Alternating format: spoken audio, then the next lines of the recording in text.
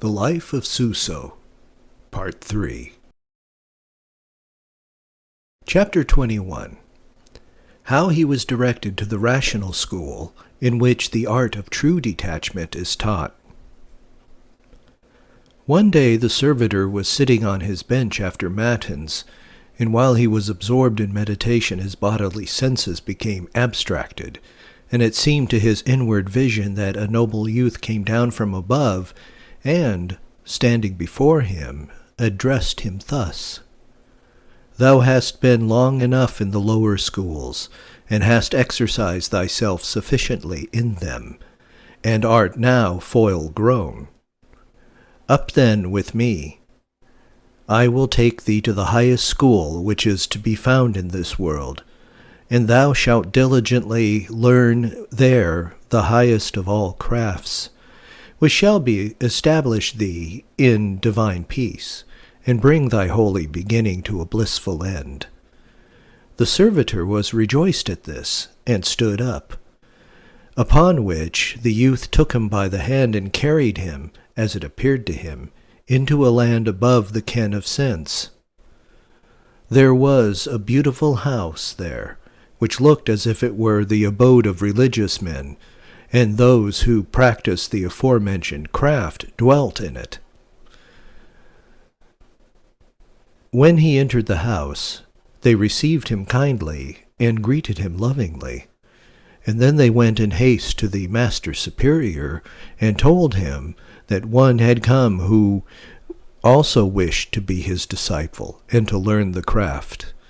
He answered, "I will look at him and see how he pleases me." When he saw the servitor, he smiled upon him very kindly and said, "Be assured that this stranger may become an excellent professor of this high craft, if he will patiently submit to the straight stocks in which he must be inwardly confined." But the servitor understood not these obscure words, so he turned him to the youth who had brought him thither, and asked him, saying, "Tell me, dear comrade, what is the highest school, and what is the craft taught there of which thou hast spoken to me?" The youth answered, "The highest school and the craft which is taught there consist simply in an entire and perfect detachment from self, that is to say, how a man may attain to such abiding spirit of renunciation that, no matter how God treats him, either directly by him himself, or indirectly through creatures, or how he feels, whether joy or sad, and the one object of his striving shall ever be continued always by the same of a perpetual giving up of self, as far as human frailty will allow, and to make God's honor and glory his sole aim, just in the way that the dear Christ acted towards his heavenly Father." When the senator heard this, he was well pleased at it, and he resolved to study the craft. And it seemed to him that he would meet with no difficulties so great as to make him turn aside from his intention. Moreover, he wished to build a house there, and to undertake much active work. The youth prevented him from doing this, saying, "This craft requires a complete cessation from activity. The less a man does here, the more he has really done." Immediately after this discourse, the servitor came to himself again, and he continued to sit still as before. Then he began to reflect deeply upon this discourse, and he observed that it was the same pure and simple truth which Christ himself has taught. Thereupon he proceeded to hold converse with him interiorly, saying, "Look inwards, friends, and thou wilt find thyself still really there, and wilt perceive that, notwithstanding all thy outward practices, in which thou didst of thy own exercise thyself, thou art still undetached from self, in what relates to contradictions at the hands of another. Thou art still like a timid hare, which lies hidden in a thicket, and is terrified at every rustling leaf. Even so it is with thee, too. Thou art terrified every day of the sufferings which come upon thee.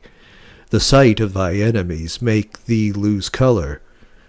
When thou shouldst let thyself be humiliated, thou takest flight.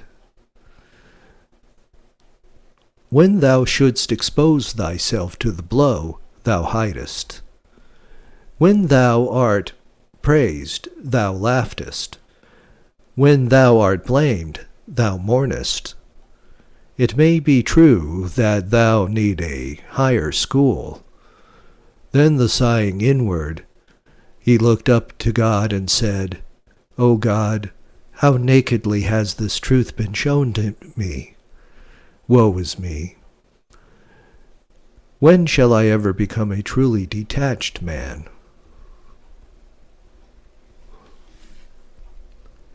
Chapter 22. How painful it is to die interiorly. Now that the servitor has been released by God from exterior penances of the kind described above, by which his life had been imperiled, his worn-out frame was so rejoiced at this that he used to weep for joy whenever he called to mind his penitential bonds and all the cruel suffering and combats which he had passed through. And he said within himself, Henceforth, dear Lord, I will lead a quiet life and enjoy myself. I will quench my thirst fully with wine and water, and I will sleep unbound on my straw bed. Oh, how often and how earnestly I have longed that this comfort might be mine before I died. I have been long enough wearing myself away. Henceforth the time has come for me to rest. Such were the presumptuous thoughts and fancies which then floated before his mind. Alas, he knew not yet what God had decreed concerning him. When he had spent several weeks pleasantly in these agreeable thoughts, it happened one day that, as he was sitting according to the custom on the bench which was his bed, he began to contemplate the true saying of the suffering Job, Militia est vita hominis super terram. The life of man in this world is nothing but a night's life of warfare. As he meditated on these words, his senses became abstracted, and it seemed to him that there came in a comely youth of every manly form, who brought him a pair of night shoes of excellent quality, and other clothing such as knights are wont to wear. The youth went up to the servitor, and vested him in the knight's attire, saying, Hearken, Sir Knight, hitherto thou hast been a squire. God wills thee now to be a knight. The servitor looked at himself in the knight's shoes, and marveling greatly in his heart, exclaimed, Wonderful, O God! What has happened to me? What have I become? Must I be a knight? I had much rather lead of a comfortable life than this. Then he said to the youth, Well, since God wills me to be a knight, if only I had been made one gloriously in battle, I should have preferred it. The youth turned half aside and, with a laugh, answered, Be not anxious. You shall have fighting enough. He who resolves to bear himself undauntedly as God's knight in this spiritual warfare will meet with much harder conflicts than ever fell to the lot of the famed heroes of olden time, whose knightly prowess the world loves to recount in song and tale. Thou fanciest that God has taken thy yoke off thee, and that he has cast away thy bonds, so that thou canst now attend to thy comfort. But it is not so, as yet. It is not God's will to take thy bonds from off thee. He will only change them, and make them far heavier than they were ever before. The servitor was struck with terror at this, and said, Alas, my God, What art thou about to do with me? I fancied that all was at an end, just as it is going to begin. My straits are only now commencing, as it seems to me. Ah, Lord of heaven, what means thy dealings with me? Am I alone a sinner, and are all other men just as thou dost in this wise use thy rod upon me? Poor wretch, and spared many others. Thou hast acted thus with me since my childhood's days, when thou didst crucify my youthful frame with heavy and weary sickness. I fancied that I had had enough by this time. He answered, No, it is not yet enough. Thou must be tried and proved to the very bottom of all things, if it is to go well with me. The servitor said, Lord, show me how much suffering I still have before me. He answered, Look upwards at the heavens above thee, and if thou canst count the countless multitude of the stars, thou canst count all the sufferings which still await thee. And as the stars seem small, yet are great, even so thy sufferings are small and seeming to the eyes of unexercised men, while, judged by thy own feelings, they will prove great for thee to bear. The servitor said, Ah, Lord, show me the suffering beforehand, that I may know them.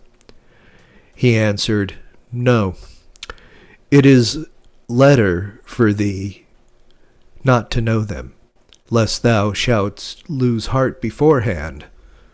Nevertheless, among the countless sufferings which await thee, I will tell thee 3. The first is this. Hitherto thou hast struck thyself with thy own hands, and left off striking when thou wouldst, and hast had pity upon thyself. But now I will myself take hold of thee, and give thee over quite defenceless into the hands of strangers, and thou shalt suffer publicly the loss of thy good name, through the means of certain blinded men. This will press upon thee more painfully than the sharp cross on thy wounded back did. For in thy former exercises thou wast held in high repute among men, whereas thou shalt be beaten down and brought to naught in the sight of all. The second suffering is this. Many have been the bitter deaths which thou hast inflicted on thyself, and nevertheless this has always remained to thee by thy providence, that thy disposition is an affectionate and love-seeking one. Now it shall befall thee, in that in those very quarters where thou shalt look for special love and faithfulness, thou shalt meet with great unfaithfulness, unsufferings, and afflictions. And this shall happen in much manifold ways, that those who shall continue more ordinarily true to thee will have to suffer with thee from compassion. The third suffering is this. Hitherto thou hast been like an unweaned sucking child, and thou hast floated in divine sweetness, as a fish in the sea. I will now withdraw this from thee, and let thee starve and wither, and thou shalt be forsaken both by God and the world, and be openly despised by friends and foes. In a word, whatever thou shalt take in hand in order to delight or comfort thee shall come to naught. The servitor was struck with such consternation at these words that his whole frame trembled, and, springing up impetuously, he fell down upon the ground in the form of a cross, calling upon God with a cry of agony from his heart, besought him by his kind fatherly goodness to take away from him, if it were possible, this great misery, or, if this could not be, to let the heavenly will of his eternal ordinance be accomplished in him. After he had lain a good while in this extremity of anguish, something spoke within him thus: Be of good cheer. I myself will be with thee, and I will aid thee graciously to overcome in all these unusual trials. Thereupon he rose and gave himself up entirely into God's hands. Now when it became morning, and he was sitting sorrowfully in his cell after Mass, thinking over these things, and frozen with cold, for it was winter, he heard a voice within him saying, Open the window of the cell, and look out and learn. He opened the window and looked out, and he beheld a dog running about in the middle of the cloister with a worn-out footcloth in its mouth. The dog was acting very strangely with the footcloth, for he kept tossing it up and down and tearing holes in it. Thereupon the servitor looked up to heaven, sighing deeply, and it was said to him, Even so shalt thou be in thy brethren's mouths. Then the thought came to him, Since it cannot be otherwise, resign thyself to it, and as the footcloth suffers itself to be maltreated in science, so even do thou. He went down to the cloister, and taking up the footcloth, preserved it for many years as a jewel most dear for him, and as often as he felt inclined to break out into impatience, he used to bring it forth, that he might recognize himself in it, and keep silence in regard to all men. If it sometimes happens that he half turned his face away in anger from some of those who persecute him, he was inwardly rebuked for it, and it was said to him, Remember that I, my Lord, turn not away from my beautiful face from those who spat upon me. Then he would bitterly repent of what he had done, and turn himself to them very lovingly. In the beginning, when he met with any suffering, the thought would come to his mind, O God, that this suffering were at an end, that I might have done with it. Thereupon the child Jesus appeared to him in a vision on Our Lady's feast of Candlemas, and rebuked him, saying, Thou dost not yet know how to suffer, but I will teach thee. Behold, when thou art in any suffering, thou shouldst not look onwards to the end of that suffering, fancying that thou wilt then be at rest. But so long as the suffering lasts, thou shouldst be getting thyself ready to accept with patience another suffering, which is sure to follow in its train. Thou shouldst do like a maiden picking roses. When she has picked one rose from the rose bush, this does not satisfy her, but she resolves to pick many more from it. Even so do thou. Make up thy mind for this beforehand, that, when one suffering comes to an end, another will forthwith meet thee. Among other friends of God who foretold to him the new sufferings which were hanging over him, there came to him a person of eminent sanctity, who said that, on the Angels' Festival, after Matins, she had prayed to God for him with exceeding earnestness, and that it seemed to her in a vision that she was carried to the place where he then was, and that she held a beautiful rose tree grow up over him, and spread itself on all sides far and wide. It was a ravishing form, full of lovely red roses. On looking up to heaven, it seemed to her that the sun rose all beautiful, without a cloud, and with much splendor. Now there stood in the sun's radiance a lovely child in the form of a cross, and she saw a ray come forth from the sun to the servitor's heart, and it was so mighty that it set on fire all his veins and limbs. But the rose tree bowed itself between, and did its best with its thick boughs to shut out the sunshine from his heart. Nevertheless, it could not succeed in this, for the outstreaming rays were so powerful that they pierced through all the boughs and shone down right into his heart.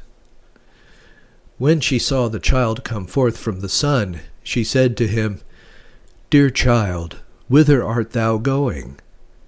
He answered, "I am going to my beloved servitor." Upon which she said, "Sweet child, what means the sun's brightness in thy servitor's heart?"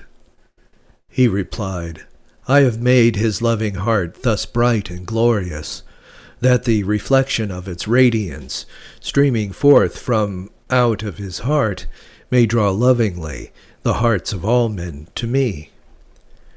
The thick rose tree, which represents the manifold sufferings that await him, cannot hinder this, but rightly, nobly it shall be accomplished in him.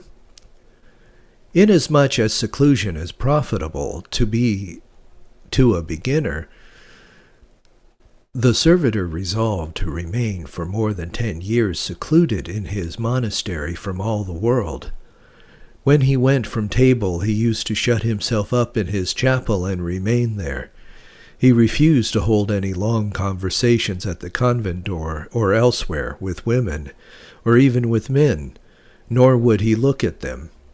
He fixed a short limit for his eyes, beyond which he suffered them not to look, and the limit was 5 feet. He remained always at home, and would never go out either into the town or the country. His one aim was to practice solitude. All this watchfulness, however, served him nothing, for during these years there fell upon him exceedingly grievous sufferings, and they crushed him down so heavily that he became an object of pity to himself and others. In order that his prison house might be more agreeable to him during the 10 years which he had resolved to spend in voluntary confinement in his chapel, he directed a painter to draw for him the holy fathers of olden time with their sayings, as well as other devout pictures, calculated to encourage a sufferer to patience under afflictions. But God would not let this be according to his wish, for when the painter had sketched out the ancient fathers with charcoal on the chapel walls, his eyes became so bad that he could no longer see to draw.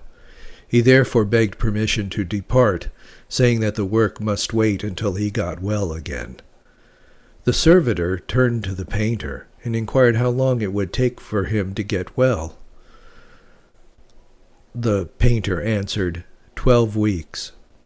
Upon this the servitor told him to set up again the ladder which he had taken down, against the outlines of the ancient fathers on the wall, and when this was done he mounted the ladder, and, after rubbing his hands upon all the pictures, stroked the painter's eyes, saying, "In the might of God and through the holiness of these ancient fathers, I bid you, master, come back here tomorrow with your eyes quite cure."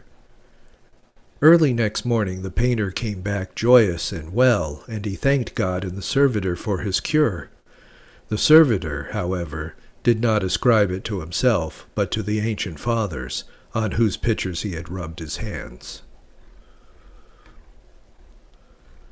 During the same period, it seemed as if God had given leave to the evil spirits and to all men to torment him. Innumerable were the sufferings with which he endured from the evil spirits, who, in horrible assumed forms and with savage cruelty, caused him so much pain and grief day and night, awake and asleep, that his suffering from the source were exceedingly great. Once upon a time he was tempted with a great longing to eat meat, for he had passed many years without touching meat. Now after he had eaten the meat, he had scarcely finished satisfying his longing, when there came and stood over against him, in a vision, a monstrous hellish figure, who, after repeating the verse, "Ad hoc esque eorum erant in ore ipsorum, et ira Dei descendit super eos. As yet the morsel was in their mouth, and the wrath of God came down upon them, crying out in a barking voice to those who stood by, "This monk is guilty of death, and I will execute the sentence on him." But when they could not suffer this, he drew forth a horrible auger, saying, "Since I may not do anything else to thee, I will at least torture thy body with this auger. And I will bore it into thee through thy mouth in such a manner that the anguish thou shalt suffer will be as great as the pleasure thou didst take in eating the meat."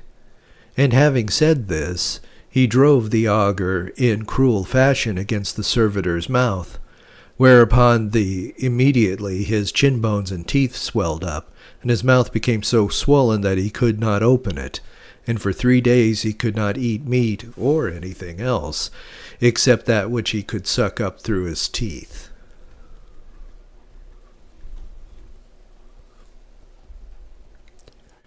Chapter 23.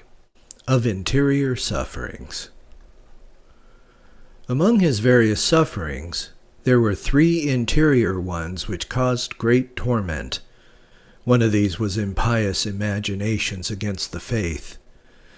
Thus there would come into his mind the thought, how was it possible for God to become a man, and with how many other thoughts of that kind?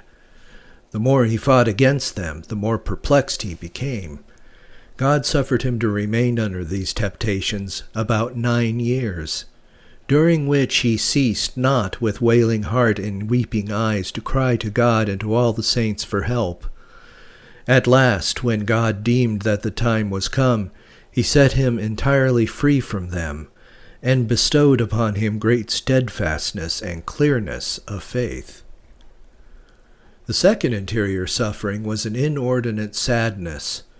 He had such a continual heaviness of spirit that it was as if a mountain lay upon his heart. A partial cause of this was that his turning away from creatures to God had been carried out with such excessive speed and severity that his bodily frame had suffered greatly from it. This trial lasted for 8 years. The third interior suffering was a temptation which assailed him, that it would never be well with his soul hereafter, but that he must be damned eternally, no matter how rightly he should act, and how many spiritual exercises he should practice. For all this would be of no avail to place him among the saved, and in that seemed to him lost labor from the beginning. His mind was saddened with the thought day and night, and when he had to go into choir, or to do many other good work, the temptation presented itself. What does it profit thee to serve God? Then he would say to himself, very mournfully, surely there is nothing but a curse for thee. Never will it be with thee. Give it all up, then, betimes. Thou art lost, do what thou wilt.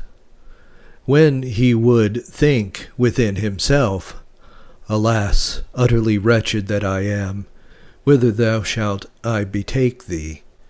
If I quit the order, hell will be my lot, and if I remain in it, nothing but misery awaits me.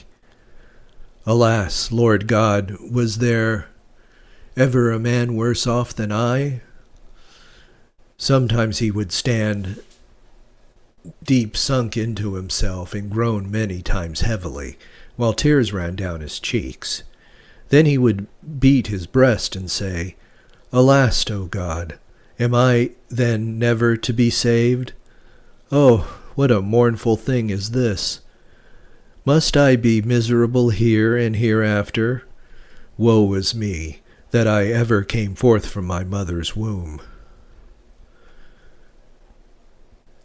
This temptation fell upon him through an inordinate fear.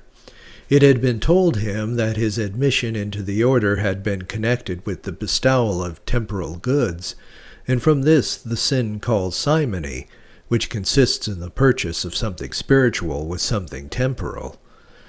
That he heard sunk deep into his heart, until at length he was quite overpowered by the anguish that it caused him. After this terrible suffering had lasted about 10 years, all of which time he never looked upon himself in any other light as one damned, he went to the holy master Eckhart, and made known to him his suffering. The holy man delivered him from it, and thus set free from the hell in which he had long dwelt. Chapter 24. How he went forth to succor and to save his neighbor. After he had spent many years in attending to his interior life, God urged him, by manifold revelations, to apply himself also to the salvation of his neighbor. The great sufferings which befell him in this work were beyond number and measure, but how many souls were succored by him was once shown by God to one of his chosen friends, named Anna, who, moreover, a spiritual daughter of the servitor. She was one day wrapped in ecstasy at prayer when she saw the servitor saying Mass upon a lofty mountain. An innumerable multitude of children were hanging in and on him, but each differently from the rest, for any more anyone had of God, the more firmly he rested on the servitor, and the more inwardly he was drawn into the servitor, the more perfectly God turned himself to him. She saw, moreover, that the servitor was praying earnestly for them, all to the everlasting God, whom he held in his priestly hands. Upon this she besought God to make known to her what the vision meant, and God answered her in this wise: The innumerable multitude of children who hang upon him are all those who are his penitents or disciples, who are in other ways bound to him by ties of special love and faithfulness. All these he has commended to me in such sort that I will guide their life to a good end, and they shall never be parted from my gladsome countenance. Whatever heavy sufferings may on this account befall him, shall all be fully made up to him by the joys which I will give him. Before the above-named noble maiden became acquainted with the servitor of the eternal wisdom, she had received from God an interior drawing and desired to see him. Now it happened once that she was wrapped in ecstasy, that in the vision a voice bade her go to the place where the servitor was and see him. She answered, I do not know him among the multitude of brothers. The voice replied, It is easy to know him among the others. He has round his head a green ring, entwined round and round with red and white roses, like a garland of roses. The white roses signify his purity, and the red roses his patience amid the manifold sufferings which he must endure.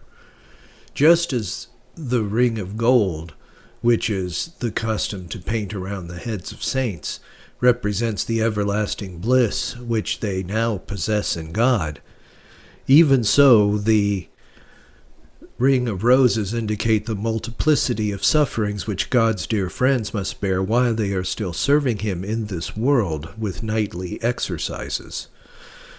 Then the angel held her in the vision to where he was, and she soon recognized him by the ring of roses which was around his head. During the same period of suffering, the servitor's greatest interior support came from the continual help which the holy angels gave him. Once upon a time, when his outward senses were absorbed in ecstasy, it seemed to him in a vision that he was carried to a place in which there was a very great number of the angelic host, and that one of those who stood nearest to him said, Put forth thy hand and look. He put forth his hand and looked, and out of the middle of his hand there sprung a beautiful red rose with lovely green leaves. The rose was so large that it covered his hand to his fingers, and it was so beautiful and resplendent that it gave pleasure to his eyes. He turned his hand round inside it and outside, and on both sides it was ravishing to look at. Greatly marveling in his heart at this, he said, "Dear comrade, what means this vision?" The youth answered, "It means sufferings upon sufferings, and over again sufferings upon sufferings, which God intends to give thee. This is what is signified by the 4 roses on thy 2 hands and thy 2 feet. The servitor, with a deep sigh, said, "Alas, gentle Lord, it is a singular ordinance of God that suffering should cause such pain to men, and yet be so beautiful an adornment to them spiritually." Chapter 25. Concerning Manifold Sufferings. Once upon a time he came to a small town, and near the town there was a wooden image, a crucifix, which stood in a little house, as the custom is, and it was a popular belief that many miracles were wrought there, on which account people used to bring thither wax figures and much wax in honor of God. When he arrived the opposite of the crucifix, he went up and nailed before it, and then, after he had spent some time in prayer, he arose and proceeded with his companion to the inn. This kneeling and praying of his before the crucifix had been seen by a little girl, a child of 7 years old. Now, the night following, there came thieves to the image, and they broke open the doors and stole all the wax which they found there. As soon as it was day, the news came into the town and was carried to the citizen who had the charge of the image. He inquired into the matter, only to discover who had committed this great robbery. Upon which the above-mentioned child said that she knew well who had done it. When she had pressed to make it known, and to point out the villain, she said, "No one is guilty of the crime except the brother," meaning by this the servitor. For, she added, "I saw him yesterday kneel before the image and then go into the town." The citizen took these words of the child as truth, and repeated them on all sides, so that calumny concerning the brother spread through the town, and he was charged with the crime on these slight grounds. And many an evil judgment was passed upon him, how he ought to be killed, and, as a wicked man, to be put out of the world.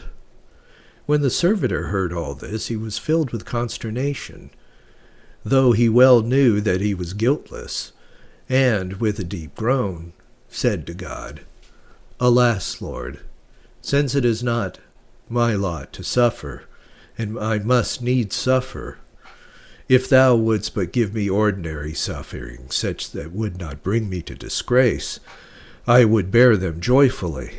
But by destroying my good name thou dost strike me to the heart in those things of which all others are sorest to me." He remained in the town until the people ceased to talk about it. It came to pass in another town there arose a great outcry concerning him, so that the whole town and neighborhood was full of it. There was a monastery in this town, in which there was a stone crucifix, of the exact size, as it was said, of Christ himself. Now, one day during Lent, fresh blood was observed on the crucifix, just beneath the wound on the side. The servitor ran thither to the others, to behold the wonder, and when he saw the blood, he went up and received it on his finger, in the sight of all who stood around. The concourse of people from every part of the town soon became very great, and they forced him to stand forward before them all, and relate what he had seen and touched. He did this, adding at the same time the caution that he pronounced no judgment about the matter, whether it was from God or man, but that he left this to others. This story resounded far and wide throughout the country, and each person added to it what he pleased, and was given out that the servitor had pricked himself in the finger and rubbed the blood on the crucifix in order that it might be supposed that the crucifix had bled of itself. but that he had devised this through covetousness, with a view to draw a crowd of people thither, that he might plunder them of their property. The same evil report was spread abroad about him to other towns also. As soon as the citizens of the town heard this calumnious tale, there was nothing left for him to do but escape by night out of the place, and they pursued him, and would have killed him if he had not got away. They even offered a large sum of money to whoever would bring him in, dead or alive.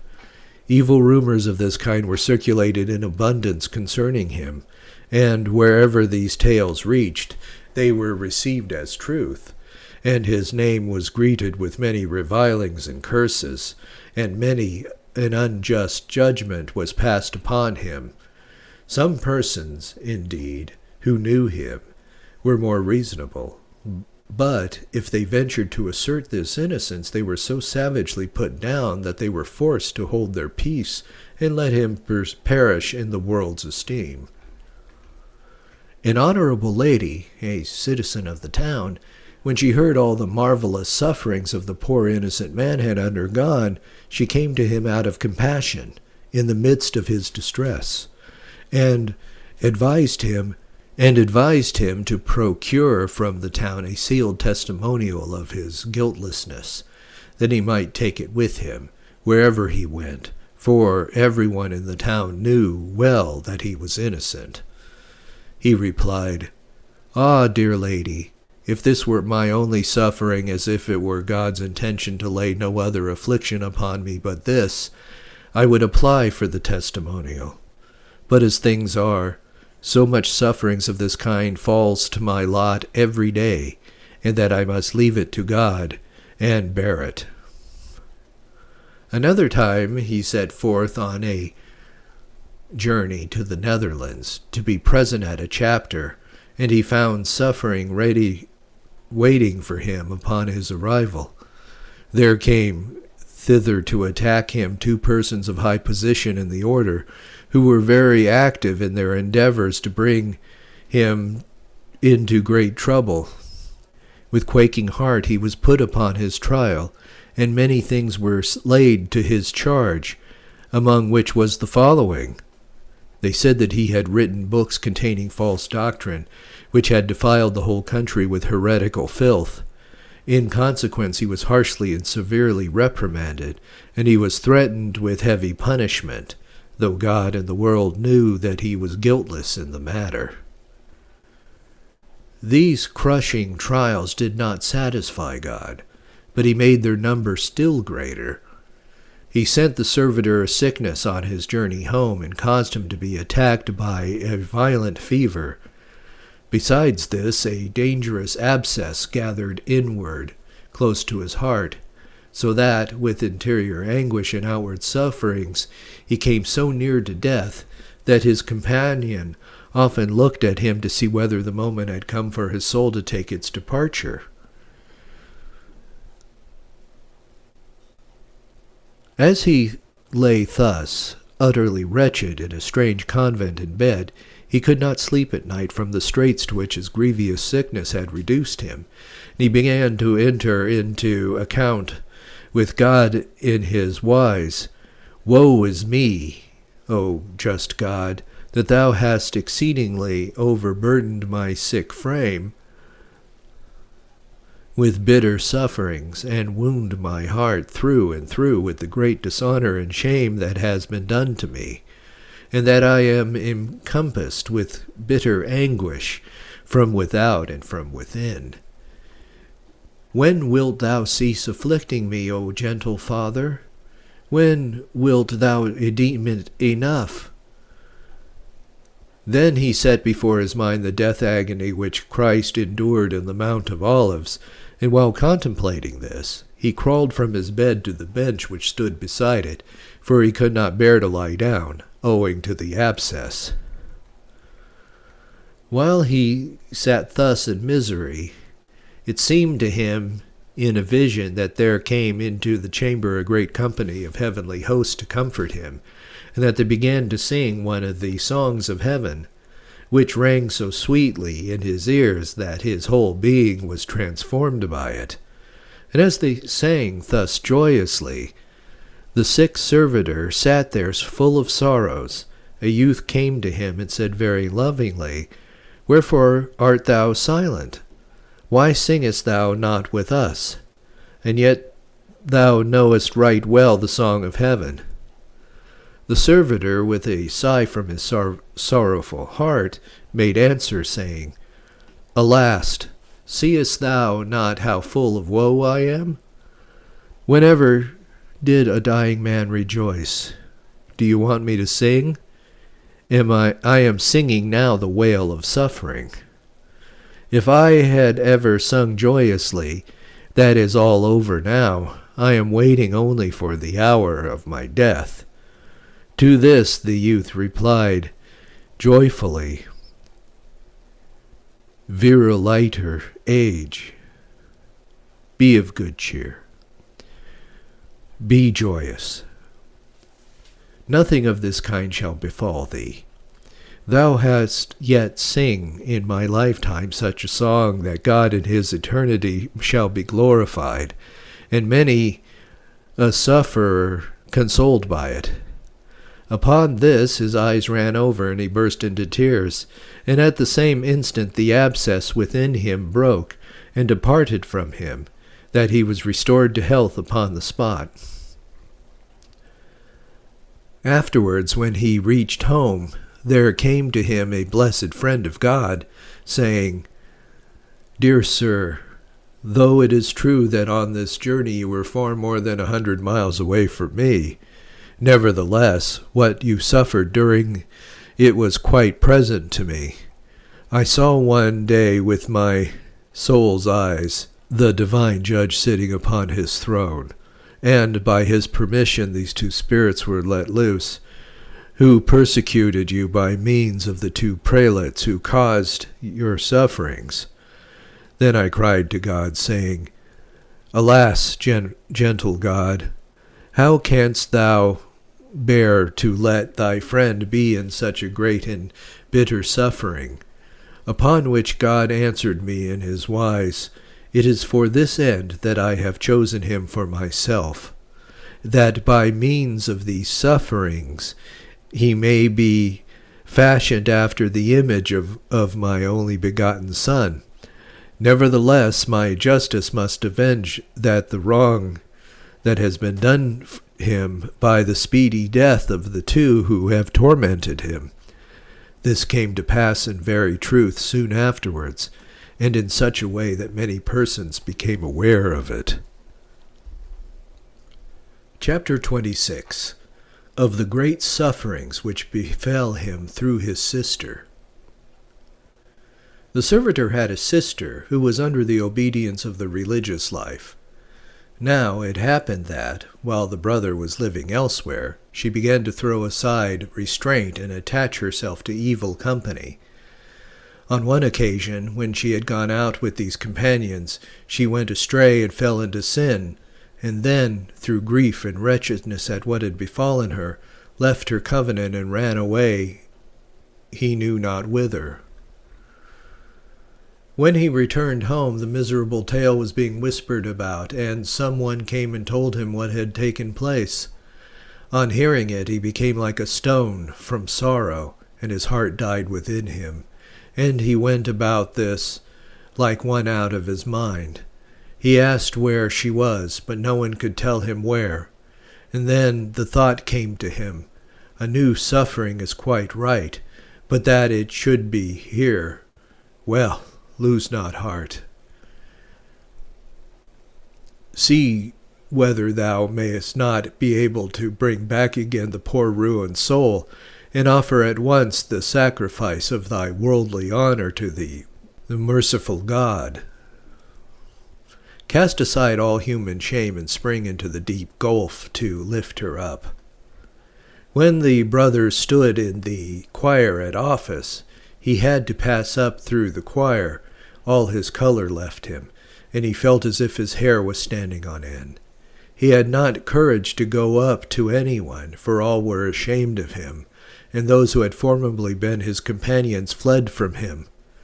If he sought counsel of his friends, They turned away their faces from him contemptuously. When he called to mind poor Job, and said, "Well, the compassionate God must needs comfort me, since I am abandoned by all the world." He inquired on all sides whither he should go, that he might bring speedy health to the forsaken soul. At last he was directed to a certain place, and he set out for it. It was St. Agnes's Day, and the weather was cold, and there had been a pouring rain through the night, so that the brooks were very much swollen. On trying to jump over a brook, he fell into it from the weakness. He got up as soon as he could, but his inward distress was so successive that he heeded little this outward mishap. After he had gone some distance further, his sister was pointed out to him in a small cottage. He went up to it in anguish of soul, and going in, found her there. As soon as he saw her, he sank down upon the bench on which she was sitting, and twice his senses left him. When he came to himself again, he began to cry aloud piteously, and to lament and weep, and beat his hands together above his head, saying, "Alas, my God, how thou hast forsaken me." Then his eyes failed him, and his mouth became fixed, and his hands stiffened, and he lay there unconscious for a while in a faint. But as soon as he came to himself again, he took his sister into his arms and said, "Alas, my child, alas, my sister, what have I lived to see in thee? Alas, gentle maiden, Saint Agnes, how bitter has thy feast day become for me." Then he sank down again, and his senses left him. Upon this, his sick sister stood up and fell at his feet with great and bitter tears, and in a voice of lamentation addressed him thus, "Alas, my Lord and Father, what a sad day was that this brought me into the world, since I have lost God and caused you such great suffering. Alas, true brother and rescuer of my lost soul, though I am not worthy that you should speak to me or answer me, still take me to your true heart, and call to mind that in nothing can you be more true to God and act more like him than in what you did for the castaway sinner and an overburdened heart. Since God has made you full of pity for all pitiable things, how will you refuse to pity me, a poor castaway sinner, who am become an object of pity to God and to all the world, now that my grievous sin has so speedily and thoughtlessly made me vile in the eyes of everyone? What all reject and disdain, you seek out. When all are justly ashamed of me, you go openly to the cause of your suffering and disgrace, and seek me out. I beseech you with an anguish of heart which knows no rest, prostrate and bowed down beneath your feet, reverence God in me, poor fallen sinner, and forgive me altogether this crime and wrong which I have done you, to the hurt of my poor soul. Call to mind, I pray thee, that if in this world I have lessened your honor and harmed your person and life, you will receive instead singular honor and consolation in eternity, and pity not for me, for I am the poor maid who has fallen into the snare, and I must bear this time in loss and eternity in heart and soul forevermore, and besides all, be a burden to myself and to everyone. Oh, let me be your poor needy child in this world and the next. Nothing higher does my heart desire than that I have no longer the right to be, or to be called, your sister. Only let me, in pity, be your lost sister, and by right your found and well-earned needy one. This comes so truly from the very bottom of my heart, that when anyone calls me your sister, or points me out as such, it is a peculiar bitterness to my heart, And I pity you then when you are where you see me in your presence and must needs suffer from it. For I know that you cannot help suffering all the shame which our heart naturally feels at such times. Anything further in common between us are neither ought to be henceforth, nor do I desire it, for your eyes and ears must be filled with shame and horror at me. At all these painful things I will endure, and offer 'em up to God for my shameful sin, in the hope that you will mercifully pity me, poor sinner, and faith fully satisfy for me, and help my poor soul to find grace again in God. When the brother came to himself again, he answered her sorrowful lament in this wise: Alas, ye hot tears, burst forth from a full heart, which can no longer contain itself for anguish. Alas, my child, thou my heart and soul's only joy from my childhood up, in whom I had dreamed to find joy and comfort throughout life, come hither and let me press thee to this dead heart of thy wretched brother. Let me water my dear sister's face with the bitter tears of my eyes. Let me wail and weep over my dead child. Oh, 1,000 deaths of the body, how slight a woe! Oh, the death of the soul in honor, how great a woe! Oh, sorrow and sufferings of my wretched heart! O God, merciful God, what have I lived to see? O my child, come hither to me. Since I have found my child, I will weep and lament no more, and I will receive thee today with the same grace and pity with which I pray the merciful God to receive me, a sinful creature, at my departure. I will gladly forgive thee altogether the exceeding pain and sorrow which I have suffered through thee, and must go on suffering to my life's end, and I will help thee with all thy might to expiate and correct thy sin in the sight of God and the world. All those who saw and heard these lamentations of the two were so moved to pity thereby, they could none of them restrain themselves, but were forced to weep. Thus, by his sorrowful bearing and his loving consolations, he so softened her that she became willing to return at once to religious obedience.